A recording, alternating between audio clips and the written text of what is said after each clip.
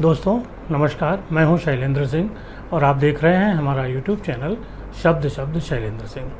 आज हम बात करेंगे शिक्षा के क्षेत्र की, और इस क्षेत्र पर बात करने के लिए हमारे साथ हैं प्रोफेसर पायल गुप्ता जी, जो श्री जयनारायण पीजी कॉलेज है उसकी बीएड डिपार्टमेंट की एचओडी हैं। और हमारी जो बातचीत का आज विषय है वो भी बीएड है, क्योंकि बीएड को लेके तमाम जो बच्चे हैं तैयारियां करते हैं, उनके लिए क्या क्या अवसर हैं ये हम आज जानेंगे। और इसके लिए पायल जी से उपयुक्त व्यक्ति हमारे पास कोई नहीं है, इसलिए क्योंकि वो इतने सालों से बच्चों को पढ़ा रही हैं बीएड डिपार्टमेंट में, खुद भी उन्होंने इसी क्षेत्र में शिक्षा प्राप्त की, उनका अपना संघर्ष रहा है। तो आज उनके ज़रिए कि बच्चे बीएड करने के बाद कैसे आगे बढ़ सकते हैं और करियर में क्या उनको नए अवसर मिल सकते हैं। डॉक्टर साहब, बहुत बहुत आपका स्वागत। नमस्कार शैलेंद्र जी, आपका बहुत बहुत धन्यवाद। आपसे मिलकर बहुत अच्छा लगा। इस चैनल के थ्रू मुझे कुछ युवाओं से बातचीत करने का मौका मिला, ये बहुत बेहतर एक माध्यम है हमारे लिए। और जहाँ तक संघर्षों की बात आपने की, तो एक नॉर्मल टीचर हूँ और इस फील्ड में जब आई तो मैंने सबसे पहले बीएड किया था, और बीएड करने के बाद अपना एमएड कंप्लीट किया, और फिर एक स्कूल सब्जेक्ट में एक पीजी हम लोगों ने कंप्लीट किया, और उसके बाद फिर नेट क्वालिफाई किया। और फिर उसके बाद मेरा 2002 में हायर एजुकेशन कमीशन से सिलेक्शन हुआ था, और उसके बाद मैंने ज्वाइन किया। और 2008 से मैंने बाय ट्रांसफ़र में केकेसी आई हूँ, और जयनारायण पीजी कॉलेज को मैंने ज्वाइन किया था, और तब से मैं यहाँ पर हूँ। अच्छा। और 2016 से मैं इस महाविद्यालय में एचओडी हूँ। आप शिक्षा के क्षेत्र मतलब बच्चों को पढ़ाने का जो शौक़ था, शुरू में यही था कि हम बच्चों को पढ़ाएंगे? बहुत सारे टैलेंट्स तो बहुत सारे थे बचपन से मेरे, और ये भी नहीं समझ में आता था करना क्या है, लेकिन कई फील्ड्स में थी। मैं एक पढ़ाती थी, पढ़ाने का इनबॉर्न क्वालिटीज़ मैं इस तरह से कह सकती हूँ कि आप बच्चे जैसे खेल भी खेलते हैं, तो मैं जब गेम्स खेलती थी तो मैं क्लास लगाती थी। अच्छा। बचपन में। और वो जो स्लेट होती है जो छोटे भाई बहनों की होती थी, उसको मैं एक टेबल पे रख करके, और जो छोटी छोटी चेयर्स घरों में जो उस समय आती थी, बिठा के मैं क्लासरूम अपना सेट करती थी, और फिर उसके बाद सबको पढ़ाती थी। मतलब मुझे टीचर का रोल पसंद था। ये आज मैं सोच पाती हूँ, उस समय तो नहीं समझ में। हाँ बिल्कुल, अब सोच पाती हूँ। और कभी कभी मैं लॉयर भी बनती थी और जज भी बनती थी, कि मैं डिसीजन दे रही हूँ, कोई मुकदमा आ रहा है, और इस तरह के गेम्स मैं खेला करती थी, मुझे आज भी याद है। और बचपन में मैं बहुत अच्छी आर्टिस्ट भी थी, ये भी एक ईश्वर का गॉड गिफ्ट था मेरे पास। और 4th 5th से ही वो सारी चीज़ें मुझे मतलब आसपास के लोगों को समझ में आने लगी कि मैं एक बहुत बेहतरीन आर्टिस्ट हूँ, और मैंने उस तरफ आगे बढ़ना भी शुरू किया था। और फिर बहुत अच्छी पेंटिंग्स, और हर तरह से मेरी इच्छा थी मैं उस समय बहुत आगे बढ़ूं, बट मैं बरेली शहर को बिलोंग करती हूं, तो करियर लाइंस क्लियर नहीं हो रही थी कि किस तरह से आगे चल के इस फील्ड में स्कोप होगा। और वो मेरा एक पैशन और शौक़ था। अच्छा। हाँ, शौक़ था और पैशन भी था। मतलब मैं रात रात भर जग के अपनी पेंटिंग्स बनाती थी, डिवोशन बहुत था। पढ़ाई में भी उतनी ही बेहतर थी, और हमेशा टॉपर स्टूडेंट्स में अपने स्कूल में रही। तो टीचर्स के बहुत सारे एक्सपेक्टेशंस भी रहते थे कि मैं आगे चल कर के कुछ करूं। फिर कुछ चेंजेस थोड़े से जब मैं बीए और बीएड के दौरान थोड़े से रहे, तो कुछ और फील्ड्स में जो जाना चाहती थी उस तरफ उतना डाइवर्जन मेरा नहीं हो पाया। तो एक वाइज और शिक्षा के क्षेत्र में आ गए फिर। हाँ, एक वाइज डिसीजन फिर मेरे सामने ये था कि बीएड 1 साल का होता है, और शिक्षक आप अच्छे से बन सकते हैं। शौक तो था ही, तो मैंने 1 साल का बीएड उस समय तो कर लिया। तब तक भी मैं ये श्योर नहीं थी कि मैं इसी लाइन में आगे बढ़ूंगी। फिर नेक्स्ट ईयर मैंने 1 साल का एमएड ज्वाइन किया। अच्छा। क्योंकि मैं अनसर्टेन थी उस समय भी। तो जब मैंने एमएड ज्वाइन किया, फिर वहाँ जाकर के मेरे सामने मेरा विज़न क्लियर था। एक बहुत अच्छे इंस्टीट्यूट था हमारे पास, विश्वविद्यालय में मैंने ज्वाइन किया एमएड, और मुझे लगा कि अब मेरे पास कहीं और जाने के लिए कोई कुछ नहीं सोचना है, और यही मेरी एक लाइफ का रास्ता है। फिर उस दिन के बाद से सिर्फ इसी फील्ड की तरफ पूरी तरह से समर्पण आया क्योंकि शिक्षा बहुत अच्छी थी, क्वालिटी एजुकेशन थी। और उस ज़माने में 97 में मैंने एमएड किया था, हमारे पास सारी अच्छी फैसिलिटीज़, जितनी क्वालिटीज़ हो सकती हैं वो एजुकेशन हमने पाई। आप सोचिए 97 में सेमेस्टर सिस्टम था, कॉम्प्रिहेंसिव एवैल्यूएशन था, और हर तरह से बेहतर नेशनल इंटरनेशनल सेमिनार्स थे जिन्हें हम अटेंड करते थे, हम पेपर्स भी प्रेजेंट करते थे, हर तरह का एक्सपोजर, बहुत अच्छी लाइब्रेरीज़ और टीचर्स फैकल्टी बहुत अच्छी थी वहाँ पर। तो इसका बहुत इम्पैक्ट होता है, मतलब ये मैंने अपनी लाइफ में महसूस किया। और ज़्यादातर लोगों का फिर यही एम बन गया, और फिर उसके बाद राह और नज़र आई कि बस अब नेट अगर हम लोग क्वालिफाई कर लेते हैं तो फिर हम लोग हायर एजुकेशन में आ सकते हैं। और एक प्रेस्टिजियस जॉब था, और प्रोफेसर होना हमेशा अच्छा लगता था। और फिर मुझे भी लगा, धीरे धीरे इंटरेस्ट इतना आने लगा, यूथ से कनेक्ट होने का मौका मिला। इस प्रोफेशन की जो सबसे अच्छी खूबसूरती है, आप हमेशा युवा रहते हैं, क्योंकि आप बच्चों लोगों को नए बच्चे मिलते रहते हैं, हर साल नया बैच, नए तरह के बच्चे, नए तरह का जुड़ाव, और टीचर और टॉट का जो रिलेशन है वो अपने आप में बहुत ही खूबसूरत है, बहुत ही अच्छा होता है। आप बच्चों की समस्याओं को समझते हैं, यूथ किन प्रॉब्लम से जूझ रहा है, उसकी प्रेशर्स क्या है, क्योंकि बीएड में जितने बच्चे आते हैं उनके साथ कुछ अलग तरह की कहानियाँ, और अगर आप एक अच्छे शिक्षक हैं तो आपका बच्चों से हमेशा जुड़ाव रहता है। ये इस प्रोफेशन की सबसे अच्छी बात है जो मुझे अट्रैक्ट करती है। आज जो बच्चा बीएड करना चाहता है, बहुत सारे बच्चे करना चाहते हैं, उनके पीछे एक उनकी चाहत होती है कि बीएड करेंगे और सरकारी नौकरी मिल जाएगी। बिल्कुल। अब आपको ये बताना है कि बीएड करने के बाद क्या क्या और करना होता है और क्या ऑप्शंस होते हैं। हाँ, बीएड जो है टीचर बनने के लिए एक एसेंशियल अब डिग्री है। तो आप जब ग्रेजुएशन करते हैं उसके बाद आप बीएड कर सकते हैं, ये उसकी मिनिमम क्वालिफिकेशन है। आप बीए, बीएससी या बीकॉम करें, फिर आप बीएड करते हैं। बीएड अब इस समय एट प्रेजेंट 2 इयर्स कोर्स है, हालांकि इंटीग्रेटेड बीएड भी पैरेलल चल रहा है जो 4 इयर्स है। अच्छा। हाँ, उसमें आप आफ्टर 12th एडमिशन ले सकते हैं। मतलब उसके पीछे जो गवर्नमेंट का विज़न था वो ये था कि जिस तरह से हम मेडिकल प्रोफेशन में उन बच्चों को लेते हैं कि 12th के बाद वो ये डिसाइड करें कि वो डॉक्टर बनना चाहते हैं या इंजीनियर बनना चाहते हैं, उसी तरह बीएड में भी वो बच्चे आएँ जो इस प्रोफेशन के प्रति डिवोशन रखते हैं। तो आफ्टर 12th वो उनका जो ग्रेजुएशन प्लस बीएड वो उसी 4 इयर्स इंटीग्रेटेड में कंप्लीट। तो हर जगह नहीं होगा, कुछ सिलेक्टेड, हर जगह नहीं है, वो कुछ सिलेक्टेड इंस्टीट्यूट्स में आप वेबसाइट पे डाल के बहुत आसानी से उसे खोज सकते हैं। और जो नॉर्मल जो एक रेगुलर कोर्स के रूप में बीएड है उसे कोई भी ज्वाइन कर सकता है आफ्टर ग्रेजुएशन, और ये 2 इयर्स कोर्स है। कुछ विश्वविद्यालयों में ये सेमेस्टर सिस्टम में चल रहा है, जैसे लखनऊ विश्वविद्यालय है तो यहाँ पर ये सेमेस्टर सिस्टम में है। सेमेस्टर यानी हर 6 महीने के बाद आपका एग्जामिनेशन होगा, उस तरह से होगा। और कुछ विश्वविद्यालयों ने इसे एनुअल सिस्टम पर लिया है, यानी साल में एक बार एग्ज़ाम होगा। तो इस तरह से ये 2 साल में बीएड पूरा, 2 साल में आपकी डिग्री कंप्लीट हो जाएगी। फिर उसके बाद बच्चों के लिए लेकिन खाली बीएड पर्याप्त नहीं। उन्हें बीएड के साथ साथ ये मैं उन्हें एडवाइस भी करूँगी कि वो टेट की तैयारी करें और सीटेट की तैयारी करें, और उसको वो जब तक क्वालिफाई नहीं करेंगे उनको आगे सरकारी जॉब में नहीं मिलेगा। जैसे हमारे अभी स्टूडेंट्स आते हैं, बीएड के साथ एक दिक्कत क्या है कि स्टूडेंट जो आता है वो केवल बीएड नहीं कर रहा होता है, वो मल्टीपल चीज़ों में इंगेज होता है। कोई पीसीएस की तैयारी कर रहा है, कोई आईएएस की कर रहा है, या जितने गवर्नमेंट जॉब्स आ रही हैं बच्चे उसको दे रहे होते हैं। और साथ बीएड कर रहे हैं। दिक्कत अब यूथ की जो प्रॉब्लम्स हैं उन्हें देख के हम डिनाई भी नहीं कर सकते, इसलिए कंफ्यूज हो जाते हैं हम किधर जाएं। उनके पास वो क्लियर लाइंस नहीं है कि हमें कहाँ जाना है, और नतीजा ये होता है वो बीएड भी फिर उतने डिवोशन से नहीं करते। आप ये मैं आपको अपने कुछ एक्सपीरियंसेस बता रही हूँ। मैं हर साल जब बैच हमारा आता है और हम लोग जो पहले दिन इंडक्शन मीटिंग करते हैं, तो स्वाभाविक रूप से एक हेड होने के नाते मेरा ये प्रश्न होता है कि आप में से कितने लोग शिक्षक बनना चाहते हैं बाय हार्ट, या आप विलिंगली आप इस प्रोफेशन को आपने ऑप्ट किया है। एंड आप सरप्राइज होगा आपको जान करके कि 1 या 2 हाथ, 4 हाथ खड़े होते हैं, और ज़्यादातर उनकी टॉप प्रायोरिटीज अलग होती हैं। टॉप प्रायोरिटीज उनकी अलग होती हैं। और लेकिन जो बच्चे फिर धीरे धीरे जब वो डिपार्टमेंट में आते हैं और उनका इंटरेस्ट बढ़ता है, तब उनका झुकाव होता है। मेन जो टारगेट है बच्चों का वो सरकारी नौकरी पाना है।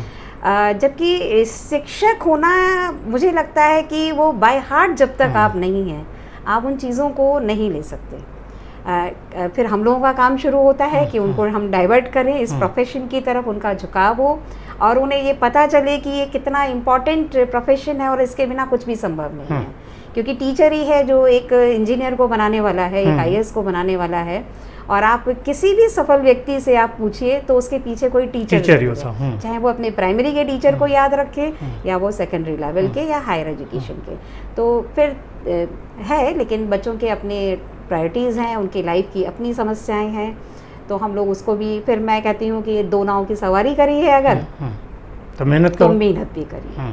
फिर तो बीएड करने के बाद फिर उनको परीक्षाएं अलग देनी है, स्टेट का उन्हें एग्ज़ाम देना है, सीटेट देना है, और फिर उसके बाद जब सिलेक्शन प्रोसीजर जब आता है फिर आपको वहाँ पर मेरिट, अपने आप को मेरिट एग्जामिनेशन भी है, मेरिट भी है। ये समय समय पे गवर्नमेंट की जो भी पॉलिसीज और नियम आते हैं बच्चों को उसके अकॉर्डिंग। अच्छा, अगर बीएड के बाद उसको हायर एजुकेशन में जाना है, एमएड करना है या नेट क्वालिफाई करना है फिर? बिल्कुल, बीएड के बाद जो बच्चे टीचर एजुकेटर बनना चाहते हैं, यानी जो शिक्षक प्रशिक्षण विभाग में आना चाहते हैं, जैसे मैं जिस विभाग में हूँ, तो उसके लिए उन्हें 2 साल का एमएड करना होगा और 2 इयर्स एमएड करने के बाद उन्हें एक स्कूल सब्जेक्ट में पीजी करना होगा। अच्छा, हाँ, ये मस्ट क्वालिफिकेशन है। और नॉर्मली ये होता है कि जब बच्चे एमएड, जो बच्चे सीधे ग्रेजुएशन करके बीएड और फिर एमएड कर लेते हैं, उन्हें आके झटका लगता है कि अभी मुझे 2 इयर्स एक स्कूल सब्जेक्ट में पीजी और करना है। तो ये अगर वो पहले से मालूम हो तो वो उसके लिए मेंटली प्रिपेयर्ड होंगे। और उसके बाद उन्हें नेट क्वालिफाई करना है या पीएचडी, जो भी गवर्नमेंट रूल्स के अकॉर्डिंग है, तो नेट और पीएचडी उनके लिए अनिवार्य होता है। मतलब हायर एजुकेशन में भी अगर जाना है तो बीएड करना है या नहीं? हायर एजुकेशन के लिए आने के लिए बीएड अनिवार्यता नहीं है। इफ़ यू वांट टू, आप ये चाहते हैं कि मैं सोशियोलॉजी में लेक्चरर बनना चाहता हूँ हायर एजुकेशन में, तो आपको बीएड की ज़रूरत नहीं है। आप सीधे बीए, फिर उसके बाद एमए करिए सोशियोलॉजी में, उसके बाद आप नेट क्वालिफाई करिए, पीएचडी करिए, और आप बहुत आराम से सोशियोलॉजी डिपार्टमेंट में शिक्षक हो सकते हैं। सारे सब्जेक्ट्स में यही प्रोसीजर है। केवल बीएड के लिए ये एक अलग क्वालिफिकेशन है। या फिर अगर आप ये भी कर सकते हैं कि आप बीए और एमए एजुकेशन अगर कर लेते हैं, तो एमए एजुकेशन करके भी आप जो है नेट क्वालिफाई या पीएचडी करके आप आ सकते हैं इस फील्ड में। तो ये समय समय पे चेंजेस आते रहते हैं। जैसे पहले बीएड के टीचर्स दोनों डिपार्टमेंट में एंट्री होती थी, वो बीएड में भी सिलेक्शन पाते थे और एमए एजुकेशन में भी पा लेते थे। बीच में फिर कुछ नियमों में परिवर्तन आया, है ना, और उसमें फिर उल्टी स्थिति आई कि अब एजुकेशन वाले भी आ सकते हैं। हालांकि बीएड एक टेक्निकल कोर्स है, प्रोफेशनल कोर्स है, और उसमें उसकी डिमांड्स अलग हैं। और जो बीएड का प्रशिक्षण है वो बहुत ही अलग तरह का प्रशिक्षण है, क्योंकि वो एक टीचर को तैयार करता है। बीएड में ये सिखाया जाता है हाउ टू टीच, है ना, कैसे आप पढ़ाएं। कंटेंट आपके पास है, क्योंकि हम मिनिमम क्वालिफिकेशन ग्रेजुएशन मांग रहे हैं, यानी हम मानते हैं आप अपने विषय के जानकार हैं, आप जानते हैं, बट हमें उन्हें ये सिखाना है how to teach Hindi, how to teach history, वो मेथोडोलॉजी क्या है, वो आपका जो लर्नर है वो क्या है, उस लर्नर की साइकोलॉजी क्या है, उसका आपको उसे डील करना है। आपको जिस एज ग्रुप को आपको डील करना है, वो एज ग्रुप की क्या डिमांड्स हैं, उसको समझना। क्योंकि जब तक आप अपने लर्नर को नहीं समझ रहे हैं, आप कभी भी एक सक्सेसफुल टीचर नहीं हो सकते। तो उसकी साइकोलॉजी क्या है, उसकी एस्पिरेशंस क्या हैं, टीचिंग मेथड्स क्या हैं, हर एज ग्रुप के लिए टीचिंग मेथड्स अलग हैं। अगर आप छोटे बच्चों को पढ़ा रहे हैं तो पायल गुप्ता हो सकता है कि एक बहुत अच्छी टीचर ना हो, क्योंकि मैं हायर एजुकेशन के बच्चों को डील कर रही हूँ, या मैं अगर उन छोटे बच्चों को पढ़ाऊंगी तो मैं एक अलग तरह की टीचर हूँगी। और अगर मैं छोटे बच्चों की टीचर हूँ और मैं हायर में आना चाहूँ तो मुझे दूसरी तरह की चीज़ों की रिक्वायरमेंट है। तो वो स्किल, जो टीचिंग स्किल्स हैं, वो सारी चीज़ें इसमें सिखाई जाती हैं इस कोर्स के दौरान, और आप एक स्किल टीचर बन पाते हैं। आप देखिए कि जब बिना प्रशिक्षण के भी लोग पढ़ाते हैं और बहुत अच्छा पढ़ाते हैं।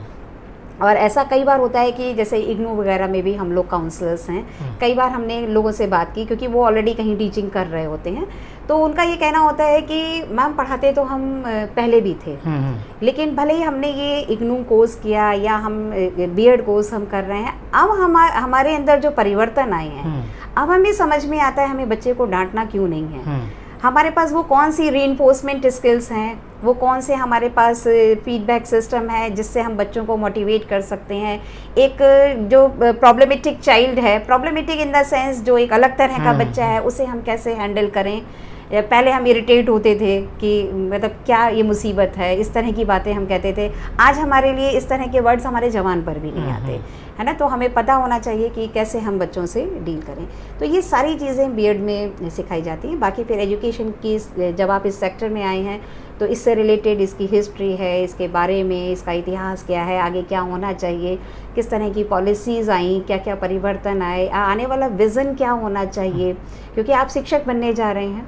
तो वो सारी चीज़ों की जानकारी, इवन टेक्नोलॉजी से रिलेटेड जो आने वाले एडवांसमेंट हैं, एजुकेशन सेक्टर में जितने भी नए नए इनोवेशंस हैं, वो सारे उनके विषय में जानकारी आपको यहाँ मिलती है। तो ऐसे बहुत सारे डिफरेंट कोर्स एंड करिकुलम हैं। और अब तो बीएड के जो कोर्स है उसमें आपके पर्सनैलिटी डेवलपमेंट, कम्युनिकेशन स्किल्स और इवन आर्ट एंड क्राफ्ट, ऐसे टीचिंग मेथड्स वो कैसे आप यूज़ कर सकते हैं।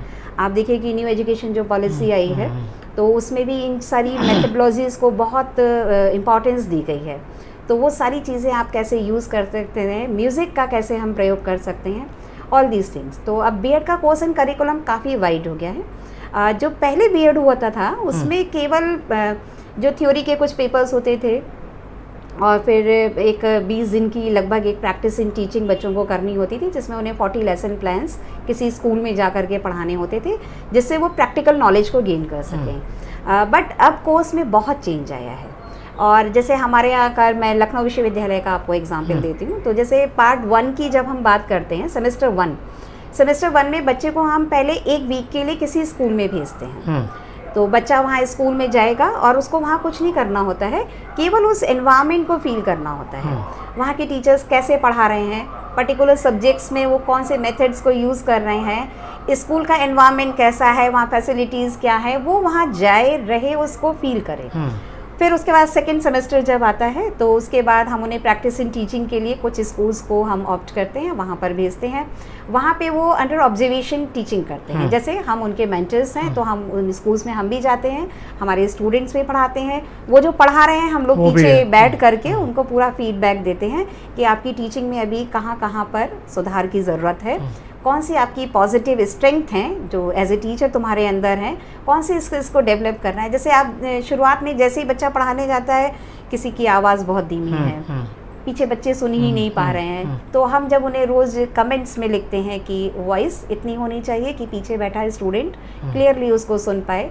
ब्लैक बोर्ड राइटिंग स्किल्स अलग तरह की हैं, आपके खड़े होने का जो तौर तरीका है, पर्सनालिटी है, आपके जो पूरे हाथ पैरों का जो संचालन है, जो कम्युनिकेशन स्किल्स से रिलेटेड प्रॉब्लम्स हैं, और टीचिंग तो फिर है ही, उससे रिलेटेड सारी चीज़ें, रीइंफोर्समेंट, फीडबैक कैसे आप बच्चों को दें, आप दे रहे हैं कि नहीं दे रहे, ये सारा कुछ होता है। तो वो 40 लेसन प्लान पढ़ा करके काफ़ी कुछ बच्चों में एक बहुत सुधार हो जाता है। और उसके बाद फिर जो 4th सेम आता है हमारा, उस 4th सेम में हम 16 वीक्स की इंटर्नशिप है लखनऊ विश्वविद्यालय में, और लगभग हर विश्वविद्यालय इंटर्नशिप करा रहा है। तो 16 वीक्स की एनसीटी के द्वारा ये कोर्स क्योंकि संचालित होता है, तो रूल्स और रेगुलेशंस हमारे ऊपर उन्हीं के लागू होते हैं। फिर वो 16 वीक्स की इंटर्नशिप के लिए बच्चे जाते हैं और वहाँ पे वो पूरा full fledged as a teacher पढ़ाते हैं। तो उसके में ये तो बीएड की पढ़ाई की बात हुई। जो यूपी बोर्ड है या कोई भी स्टेट बोर्ड, इसके अलावा कहाँ कहाँ जो अवसर हैं बच्चों के लिए? बच्चे इसके अलावा केंद्रीय विद्यालय जा सकते हैं, बहुत अच्छे अपॉर्चुनिटीज़ है, जॉब्स फैसिलिटीज़ बहुत अच्छी हैं केंद्रीय विश्वविद्यालय की। वहाँ भी टीजीटी और पीजीटी की वैकेंसीज आती हैं, तो वहाँ बीएड प्रशिक्षण अनिवार्य है, तो आप वहाँ अप्लाई कर सकते हैं। जवाहर नवोदय विद्यालय हैं, वहाँ पर आप अप्लाई कर सकते हैं। तो इस तरह के जो भी पैरेलल जो संस्थाएं चल रही हैं, बच्चे वहाँ भी अप्लाई कर सकते हैं और एक बेहतर करियर को ऑप्ट कर सकते हैं। क्या प्राइवेट स्कूलों में भी अब इसका अवसर बढ़ेंगे? प्राइवेट स्कूलों में भी अब, क्योंकि गवर्नमेंट ने बीएड अनिवार्य कर दिया है, तो प्राइवेट स्कूल भी अब बीएड को लेते हैं। बीएड प्रशिक्षित शिक्षकों को ही वो अब जॉब देते हैं। पहले ये हो जाता था कि अगर वो अपने विषय में बेहतर हैं तो उनको जॉब मिल जाता था, लेकिन अब बीएड अनिवार्य हर जगह गवर्नमेंट के द्वारा कर दिया गया है। यानी अगर 12th क्लास तक आपको पढ़ाना है तो आपको बीएड जरूरी है? बीएड जरूरी है। अब बीएड अनिवार्य है और मुझे लगता है ये बीएड का कोर्स करना भी चाहिए। हाँ, सिंसियरली, अगर आप सिंसियरली कर रहे हैं तो आप अपने अंदर एक चेंज का अनुभव ज़रूर करेंगे, निश्चित रूप से। अच्छा, जो बीएड करने बच्चे आ रहे हैं, कुछ उनको थोड़े से टिप्स और दीजिए कि कैसे वो जो है बीएड में सक्सेस हासिल करें और एक रियल टीचर की तरह बन सकें। बीएड में सबसे पहले तो तैयारी की बात आती है। बीएड का एंट्रेंस एग्ज़ाम होता है स्टेट लेवल पर, और अगर आपकी रैंक अच्छी आती है स्टेट लेवल पर तो आप बेहतर किसी गवर्नमेंट एडेड इंस्टीट्यूशन या विश्वविद्यालय में आपको कोर्स करने के लिए मिल जाता है। फीस स्ट्रक्चर वहाँ कम होता है और क्वालिटेटिव टीचिंग भी मिलती है और बेहतर होता है। फिर उसके बाद जिन बच्चों का रैंक थोड़ा सा डाउन रहता है तो उसके लिए बहुत सारे सेल्फ फाइनेंसिंग इंस्टीट्यूशंस हैं और वहाँ पे आप एडमिशन ले सकते हैं। थोड़ा सा फीस स्ट्रक्चर कंपैरेटिवली वहाँ पर हाई होता है, और लेकिन कोर्स और करिकुलम सब कुछ वहीं पर है। बच्चे इस कोर्स को बहुत अगर बेहतर ढंग से करते हैं तो वो एक इफ़ेक्टिव टीचर के रूप में सामने आएंगे। तो टीचर के लिए इफ़ेक्टिव होना ज़रूरी है, क्योंकि अगर टीचर और लर्नर का आपस में कनेक्शन नहीं है तो बहुत दिक्कत है। अक्सर आप देखते होंगे ना कि देखिए एक ही कंटेंट होता है, पढ़ाने वाला टीचर तरीका अलग अलग होता है, अलग अलग होता है। एक टीचर को सारे बच्चे पसंद करते हैं, है ना, और एक टीचर को सब बच्चे बोर फील करते हैं कि नो, ये तो बस किसी तरह मैम जाएं, सर जाएं, बेल बज जाए। बच्चों को लगता है ये इन्होंने समझाया, समझ में आ गया। यस, ये जो डिफरेंस है ये बीएड ट्रेनिंग के बाद निश्चित रूप से आता है। अगर आपने उस कोर्स को सीरियसली किया है then you will realise this. क्योंकि जैसे मैं आज भी आप देखिए कि जब हम पढ़ा रहे होते हैं तो हम बच्चों को यही कहते हैं, एक तो इनोवेशंस को अपनाने में हेसिटेशन नहीं होना चाहिए। ये जितनी मेथोडोलॉजी और स्किल्स आपको यहाँ सिखाई जा रही हैं ये केवल किताबी ज्ञान के लिए नहीं है कि आपको केवल पास करना है एग्ज़ाम, ये आपको रियल लाइफ में यूज़ करना है। जैसे मैं आपको एक एग्जांपल दे रही हूँ, मल्टी सेंसरी अप्रोच है। हम लोग बच्चों को बहुत रिकमेंड करते हैं कि आप इस अप्रोच का प्रयोग करिए अपनी टीचिंग में। अब ये अप्रोच क्या है, सिर्फ एक छोटा सा एग्जांपल दे रही हूँ कि जैसे आपको एक एप्पल पढ़ाना है। नॉर्मली जो टीचर पढ़ाता है वो कैसे पढ़ाता है, ए फॉर एप्पल। ज़्यादा से ज़्यादा क्या होगा, वो बुक को ओपन कराएगा, है ना, उसके बाद जो अगर छोटे बच्चों का ही क्लास होगा ए फॉर एप्पल में तो बड़ा सा एक बिग ए होगा और एक बड़ा सा एक बिग रेड एप्पल बना होगा। अब स्टूडेंट उसे देखेगा तो उसकी दो सेंसेस यूज होंगे, एक तो हियरिंग जब टीचर ए फॉर एप्पल बोल रहा है और दूसरा उसने विजन का यूज किया। आप इसी को अगर मल्टी सेंसरी में ले जाएं तो आप क्या करेंगे, if you are a good teacher तो आप 2-3 एप्पल्स उस दिन क्लास में ले जा सकते हैं। आप उन एप्पल्स को बच्चों को डिस्ट्रीब्यूट करिए, उनको छूने दीजिए, है ना, टच करिए। टच भी एक सेंस है हमारी, टच करिए कि वो स्मूथ है कि वो रफ है। बच्चे उसको देखेंगे और उन्हें एप्पल समझ में, हालांकि ज़्यादातर बच्चे एप्पल पहचानते हैं। फिर उसके बाद आप क्या करिए, फिर आप ए फॉर एप्पल भी पढ़ाइए, आप दिखाइए भी, और उसके बाद आप पीसेस को आप कट कर दीजिए, है ना, उसको वॉश करा के आप पीसेस में कट कर दीजिए। उसके बाद छोटे छोटे पीसेस बच्चों में डिस्ट्रीब्यूट कर दीजिए और आप उनसे पूछिए इसका टेस्ट कैसा है। Now you are using taste, है ना। अब बच्चों को ये समझ में आएगा, अगर वो हिमाचल का एप्पल है तो शायद कहेंगे खट्टा मीठा है, और अगर वो कश्मीर का सेब है तो हो सकता है कि वो कहें स्वीट है, बहुत मीठा है और बहुत जूसी है। जो भी उनके एक्सपीरियंस होंगे उसको खाने के बाद वो उसे एक्सप्रेस करें। बस क्लास में यहीं पर चेंज है। वो जो एक एक्टिविटी ऑर्गेनाइज हुई है ना, बच्चों ने सीखा वही ए फॉर एप्पल है, लेकिन ये लॉन्ग लास्टिंग है। वो जो रिटेंशन है वो बहुत लंबे समय तक रहेगा, और टीचिंग लर्निंग प्रोसेस का यही उद्देश्य है। कॉन्सेप्ट्स क्लियर होने चाहिए, है ना। टीचिंग रोट मेमोरी नहीं है। हमारे यहाँ टीचर्स क्या कर रहे हैं कि आते हैं क्लास में, कोर्स कंटेंट ख़त्म हो जाए, हम भी प्रिंसिपल को परफॉर्मेंस दिखाएं, टाइम पे हमारा कोर्स पूरा हो गया। वो कैसे पूरा हो रहा है ये उससे कहीं ज़्यादा महत्वपूर्ण है, क्योंकि रोट मेमोरी हमारे कॉन्सेप्ट्स को क्लियर नहीं करती, और कॉन्सेप्ट के बिना हम आगे राइज नहीं कर सकते। आप अक्सर देखिए जो बच्चे PCS IAS की तैयारी कर रहे हैं, किसी भी तरह के कंपटीशन की तैयारी कर रहे हो, चाहे वो इंजीनियरिंग हो, वो किसको पढ़ते हैं, वो NCERT की बुक्स को पढ़ना शुरू करते हैं। यानी वो 12th पास कर चुके हैं बट वो NCERT 6th 7th 8th की पढ़ रहे हैं। क्यों पढ़ रहे हैं, क्योंकि उस समय वो सारे कॉन्सेप्ट्स क्लियर नहीं थे। या जैसे मैं आपको एक और एग्जांपल दे रही हूँ, ग्रामर टीचिंग है। हाँ, हमारे देश में मतलब अब क्योंकि आप बीएड में ट्रेनिंग नहीं है तो आपको नहीं पता है कि how to teach grammar. Grammar पढ़ाने का एक अलग सिस्टम है ना। आप अक्सर होता है हमारे यहाँ, तो मैंने तो आज भी ध्यान है ऐसे तमाम स्कूल्स को देखा कि अगर हम कोई संज्ञा पढ़ा रहे हैं या नाउन पढ़ा रहे हैं तो पहले डेफिनेशन लिखा दी गई।